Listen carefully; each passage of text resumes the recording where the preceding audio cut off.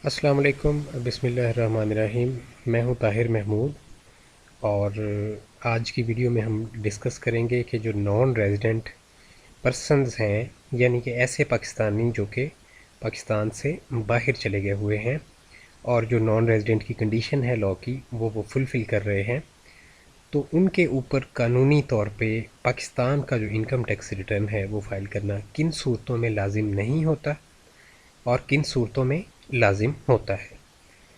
तो section number 115 मैंने आपके सामने खोला हुआ है इनकम टैक्स ऑर्डिनेंस 2001 का। इसके अंदर आप देख सकते हैं कि ऑनरशिप ऑफ इमूवेबल प्रॉपर्टी जो है उसकी बेस के ऊपर नॉन रेजिडेंट पर्सन जो है इसके ऊपर रिटर्न फाइल करना कानूनी तौर पे लाजमी नहीं है। ठीक है जी। Persons not required to furnish a return of income, ये सेक्शन है।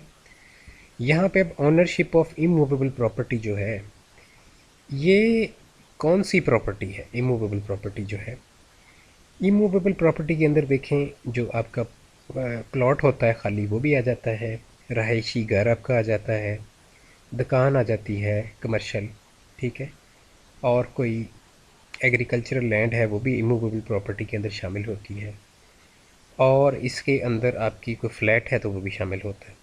ठीक है, लेकिन ये बात याद रखनी है आपने कि ये ज़ाती इस्तेमाल में अगर है इमूवेबल प्रॉपर्टी तो उसकी बेस पे आपको रिटर्न फाइल करना लाजमी नहीं है। यानी आपके बच्चे, आपकी बीवी या आपके बहन भाई या आपके पेरेंट्स इसको इस्तेमाल कर रहे हैं इस प्रॉपर्टी को, लेकिन अगर आपने इसको रेंट पे दिया हुआ है या इससे आपको किसी किस्म की इनकम आ रही है इस प्रॉपर्टी से, लीज़ पे दिया हुआ है, रेंट पे दिया हुआ है, तो उस सूरत में अगर वो आपकी इनकम जो है वो टैक्सेबल लिमिट को क्रॉस करती है किसी भी साल में, तो फिर आपके ऊपर कानूनी तौर पर रिटर्न फाइल करना लाजमी हो जाएगा।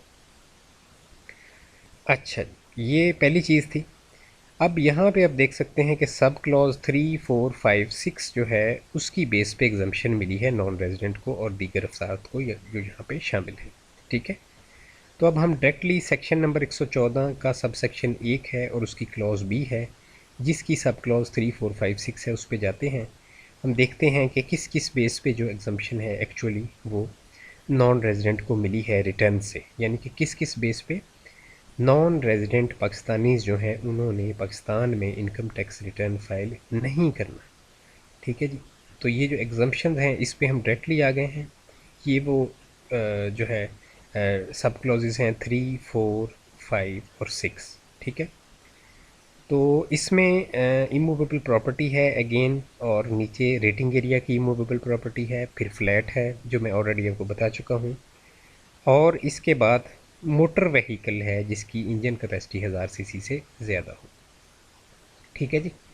यानी कि अगर आपके ज़ाती इस्तेमाल में, ये ज़ाती इस्तेमाल से मुराद है कि आपके बच्चे, बीवी, बहन भाई, पेरेंट्स वगैरह जो हैं वो अपने यूज़ के लिए, पर्सनल यूज़ के लिए अगर 1000 सीसी से ऊपर की गाड़ियाँ यूज़ कर रहे हैं, एक है, दो है, मल्टीपल हैं, कोई मसला नहीं, आपके नाम के ऊपर हैं। यानी जो नॉन रेजिडेंट पाकिस्तानी है जो कि घर का सरबराह है उसके नाम पे गाड़ियाँ चल रही हैं, तो फिर इस बेस पे भी आपके ऊपर रिटर्न फाइल करना लाजमी नहीं है।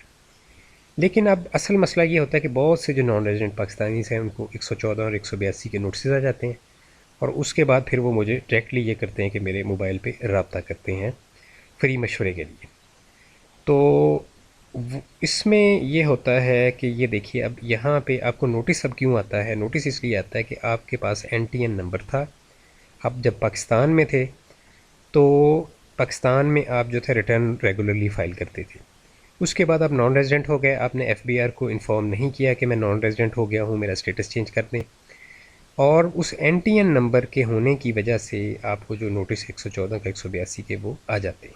ठीक है, तो नंबर वन ये कि जब आप पाकिस्तान से बाहर जाएँ तो आप FBR को इन्फॉर्म किया करें कि भाई मैं जो है वो जा रहा हूँ पाकिस्तान से फ़लाँ तारीख को, और मेरा जो स्टेटस है वो नॉन रेजिडेंट का है फ़लाँ से फ़लाँ ईयर में। ठीक है, दूसरी चीज़ ये है कि अगर आपने इन्फॉर्म नहीं किया तो फिर NTN की बेस पे आपको एक वैलिड नोटिस आ सकता है 114 का या 182 का, जो भी आपको नोटिस आया, तो फिर आपको उसको उसकी कंप्लायंस वैसे ही करनी पड़ेगी जैसे रेजिडेंट पाकिस्तानीज़ करते हैं। चूँकि ये वाली जो शर्त है ये इसको एग्जम्प्ट नहीं करार दिया गया नॉन रेजिडेंट के लिए, कि नॉन रेजिडेंट के पास अगर NTN है तो उसके ऊपर रिटर्न फाइल करना लाजमी है। ठीक है जी। अच्छा, आई होप मैंने ये क्लियर कर दिया आपको पॉइंट। और इसके अलावा जो नॉर्मल चीज़ें हैं, जैसे ऊपर से हम स्टार्ट करते हैं, पूरा जो सेक्शन 114 है इसके अंदर मिसाल के तौर पे आपकी इनकम जो है वो चार्जेबल टू टैक्स है, यानी कि एग्जम्प्ट कैटेगरी में नहीं है। जो पाकिस्तान सोर्स इनकम आपकी है, वो कोई किराया आपका आ रहा है किसी घर का या दुकान का, या कोई और सोर्स ऑफ इनकम है, किसी भी किस्म का सोर्स ऑफ इनकम आपका पाकिस्तान में है, तो पाकिस्तान के अंदर जो सोर्स ऑफ आपका इनकम है उसकी आपको देखना पड़ेगा कि जो पाकिस्तान के अंदर उस पर्टिकुलर टैक्स ईयर में जो टैक्सेबल लिमिट है उससे ऊपर है या नीचे है। ठीक है, यानी एग्जम्प्ट कैटेगरी में इनकम है या नहीं है। अगर एग्जम्प्ट कैटेगरी में इनकम नहीं है बल्कि ज़्यादा है, तो फिर आपके ऊपर रिटर्न फाइल करना लाजमी हो जाता है। इसी तरह फाइनल टैक्सेशन के अंदर अगर आपकी कोई भी इनकम आ रही है, फाइनल टैक्सेशन के अंदर अब जो नॉन रेजिडेंट होते हैं, चूँकि मेरी फैमिली में काफ़ी सारे लोग नॉन रेजिडेंट खुद भी रहे हैं काफ़ी सालों तक, तो इसमें देखें अगर तो आपका प्रॉफिट एंड डेट जो है ये आ रहा है ओवरसीज़ अकाउंट में, ठीक है, आपने अकाउंट जो खुलवाया हुआ है वो ओवरसीज़ अकाउंट है, फिर तो कोई मसला नहीं होता। बट अगर आपका प्रॉफिट एंड डेट जो है वो लोकल अकाउंट में है, जो पाकिस्तानियों वाले नॉर्मल अकाउंट है, कोई भी आपका पाकिस्तान में चल रहा है, उससे आपको प्रॉफिट एंड डेट आ रहा है, तो फिर आपके ऊपर रिटर्न फाइल करना कानूनी तौर पे लाजमी हो जाता है, इवन देन कि आप नॉन रेजिडेंट हैं। ठीक है जी।